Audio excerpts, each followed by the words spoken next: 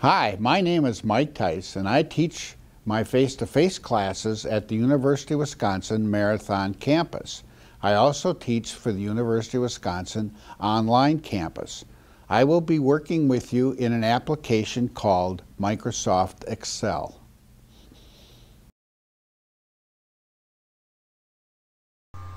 Working with an if-then function is going to be what I'd like to accomplish in this video.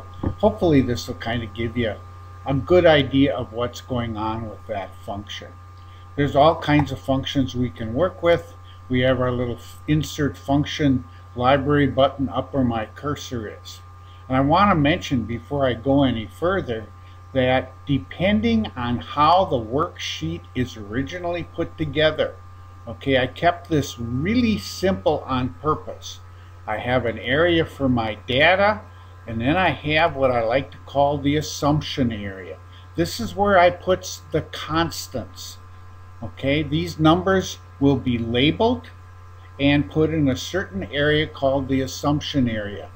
The main reason is if any of these constants change, which is possible. The overtime rate could change. The union contract for the base work hours could change. I can change it here, and the entire worksheet would automatically be updated. Okay, I have an employee. That employee has an hourly wage, and every payday I go through and figure out how many hours they worked, and they're going to get some pay. I'm going to have the total pay in the last column here to my right. Okay, total pay. How am I going to figure out my regular pay? I have a relationship. I'm going to use an if-then statement to work with that relationship. I'm going up to the function library, and there's an area in here for different categories. Depending on the workstation you're working on, you might have a most recently used category, and in that category would be the function you're looking for. I was practicing doing the if statement. It's the last function that I used, so it has it right at the top. There's only about a dozen of them in here. Chances are, if you haven't used functions, you won't have it sitting there waiting for you. A lot of us like to use the all category, puts them functions in alphabetical order. I can scroll down. Okay, when I get closer to the eyes, I can use my scroll button here. There is the if function. Notice the syntax. Okay, right here in this bold print. This is the syntax. This has to be exact. If it's not exact, you'll get an error. I'm calling on the if statement. I'm using my parentheses to put some brackets around, so this is all contained in one area. The first thing I'm going to say is, what is my logical test?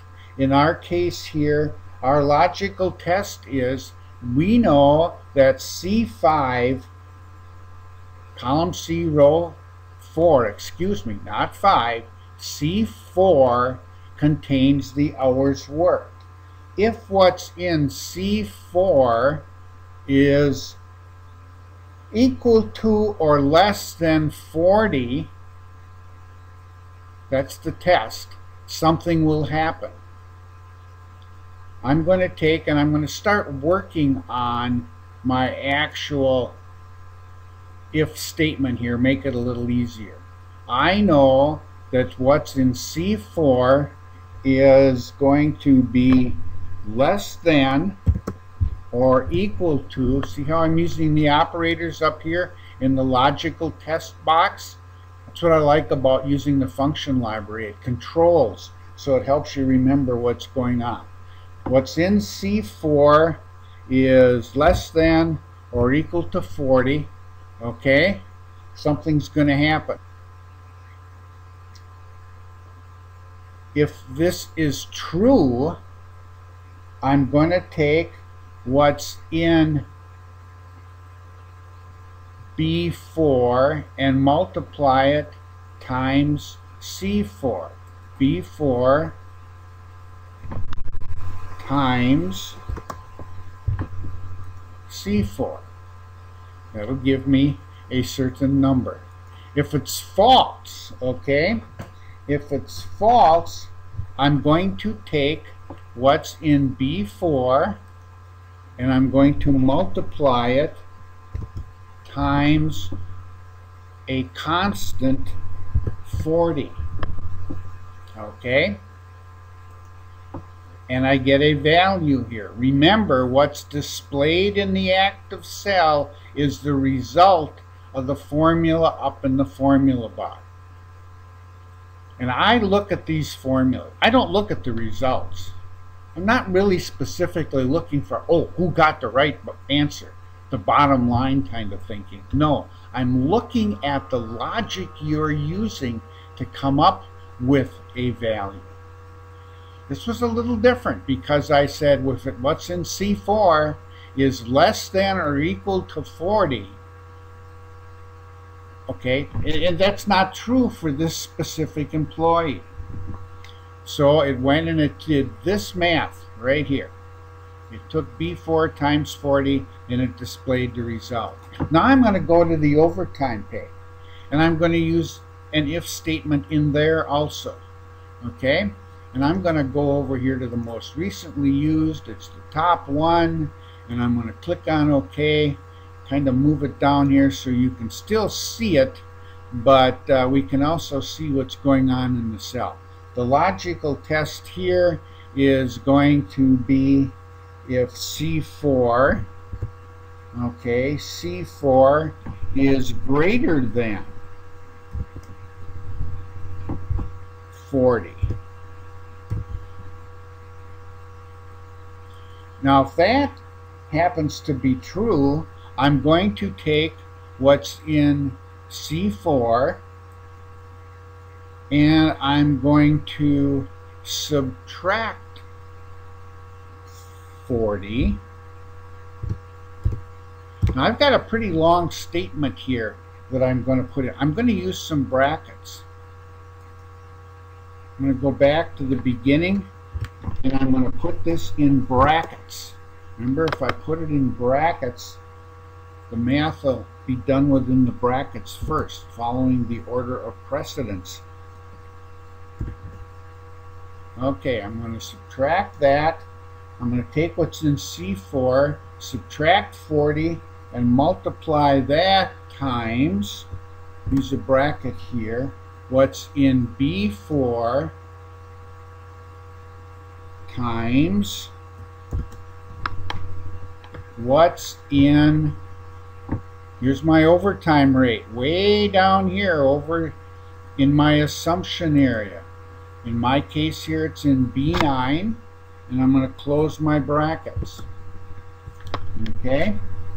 And if this statement is, this test is false, nothing. I can leave it empty, or I could put a 0. I'm going to leave it empty. I'm going to click on the OK key. Now I have a value, but the key is, how the heck did I get that? Here's my test, and if the test is true, okay, I did all this, I did these where my mouse cursor is moving around. That's the syntax. That's the formula that I use to get this number. And I know you already know how to get the overtime pay here. We're going to use another function called summed.